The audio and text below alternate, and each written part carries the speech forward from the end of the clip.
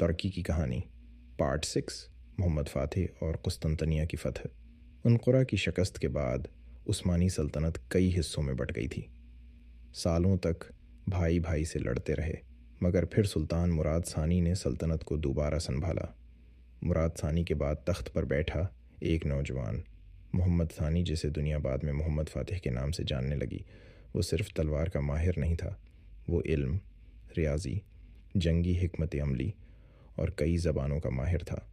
اس کے دل میں ایک ہی خواب تھا، قسطنطنیہ کی فتح، وہ شہر جو صدیوں سے ناقابل تسخیر سمجھا جاتا تھا۔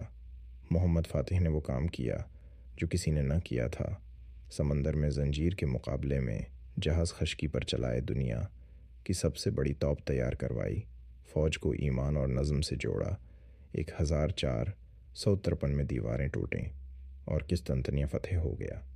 یہ صرف ایک شہر کی فتح نہیں تھی، یہ ایک عہد کا خاتمہ اور ایک نئے دور کا آغاز تھا۔ محمد فاتح نے گرجا کو مسجد بنایا، مگر لوگوں کے مذہب کو محفوظ رکھا، عدل کو قانون بنایا اور استنبول کو علم و تہذیب کا مرکز بنا دیا۔ اسی فتح کے ساتھ عثمانی سلطنت دنیا کی سب سے طاقتور سلطنتوں میں شامل ہو گئی۔